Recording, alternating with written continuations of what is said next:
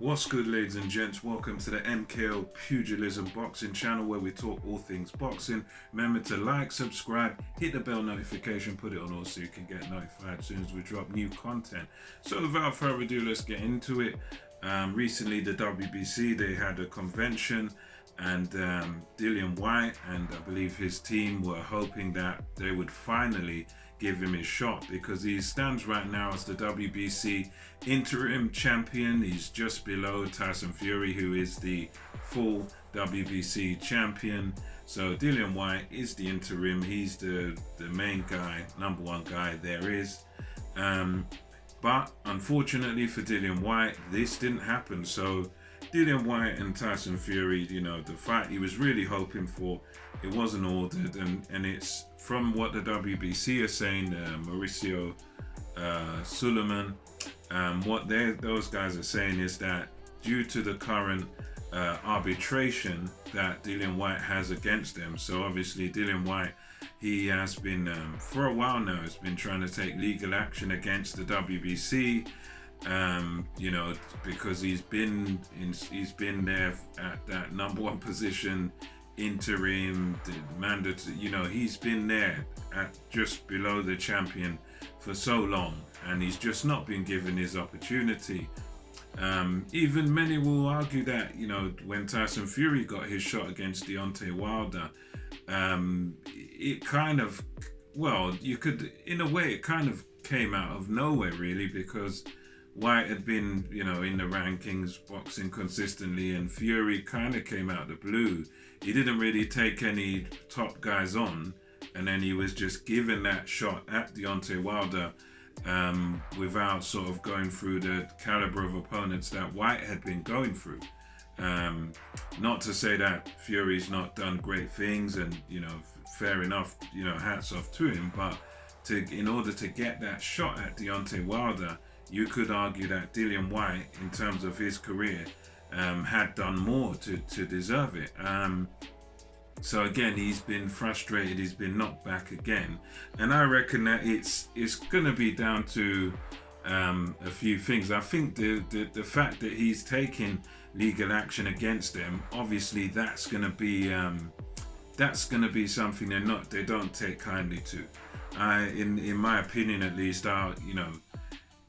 Mauricio Suleiman, he's not going to be happy. Dillian Whyte's taken his legal action.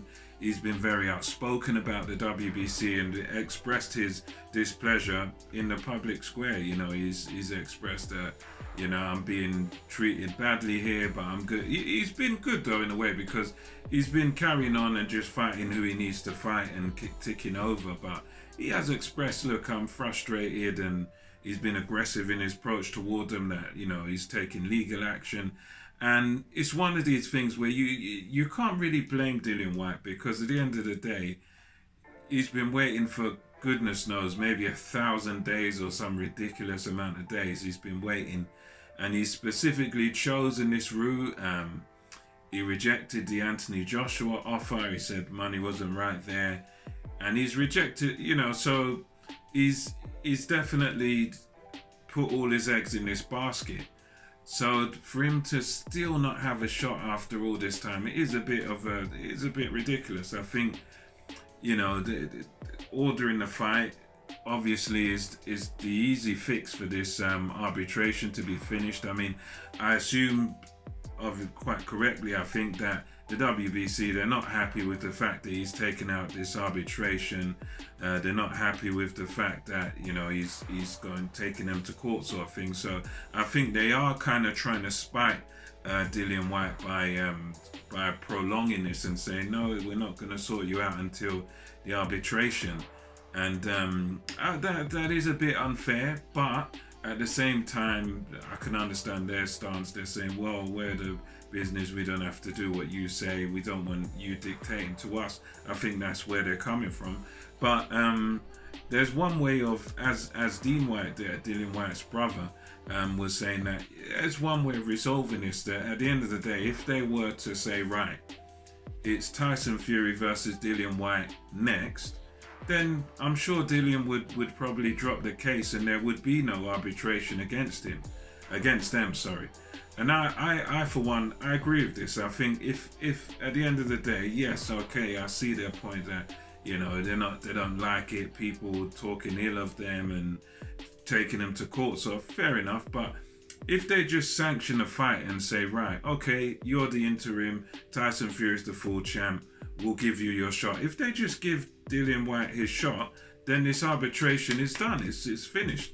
But again, I guess this is their way of kind of, in my opinion at least, their way of kind of spiting Dillian Whyte. And I think as far as Tyson Fury is concerned, I'm sure he'll not be bothered about this. I think for Tyson Fury, this could mean that in the meantime, he could just take on a lighter touch. He could just take on someone in the top 15, top 20. Just take on a run-of-the-mill guy to keep ticking over. He could have like a homecoming fight in the UK in the meantime, while this thing is being sorted out. But it's very unfortunate. I mean, because for Dillian Whyte's case, it's a sad one because I would say he's definitely been treated unfairly, and if anyone deserves a shot at the title, he definitely does. He's been calling for it, and he's been putting himself in position since Deontay Wilder was the champion. And Wilder's been able to fight Fury 3 times and whatnot and get away with not fighting Whyte for so long. So he definitely deserves his shot. But again, because of that sour relationship between him and the WBC, I'm pretty sure that they're in no hurry to give Dillian Whyte a shot. And I think another thing on this front is that because Whyte is so keen and he's a guy that will want to keep fighting regardless of whether he gets a shot or not, and he's willing to take on dangerous guys. And I think it's the fact that they won't give him Tyson Fury in the near future. I don't even know if it will happen in 2022, whatever.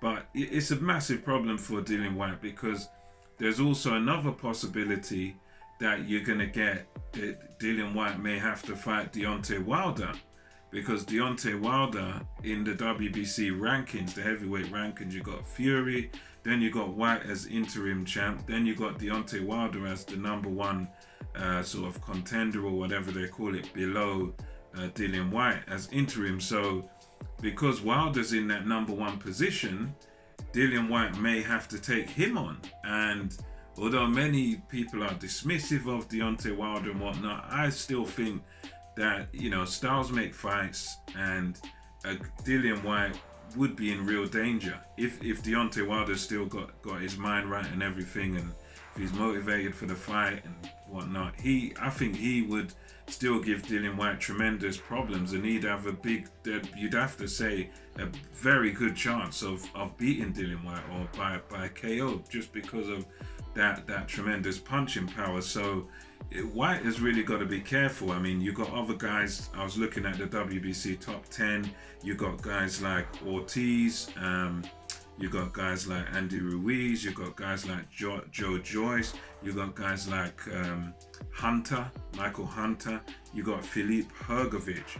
So there's a lot of guys in there in that top 10, top 15, which are very, real potential banana skins for Dillian Whyte. There's a lot of guys there that are dangerous, and that could upset him and could derail his plans completely. So he's got to be careful with his matchmaking going forward. I don't know, because it's either that or he's got to wait, just sit out and not box for a while and just wait for Tyson Fury. But yeah, it's a bit of a muddled picture. It's a shame for Dillian Whyte that they didn't order the fight. I think he definitely deserves it, but I guess they've probably got sour grapes, and they're not happy with him. So it's a bitter relationship, and he's gonna have to wait a long time yet again, maybe 2,000 days or whatever it is. But yeah, let me know your thoughts about this situation in the comment section below. And until next time, it's MKO Pugilism, over and out.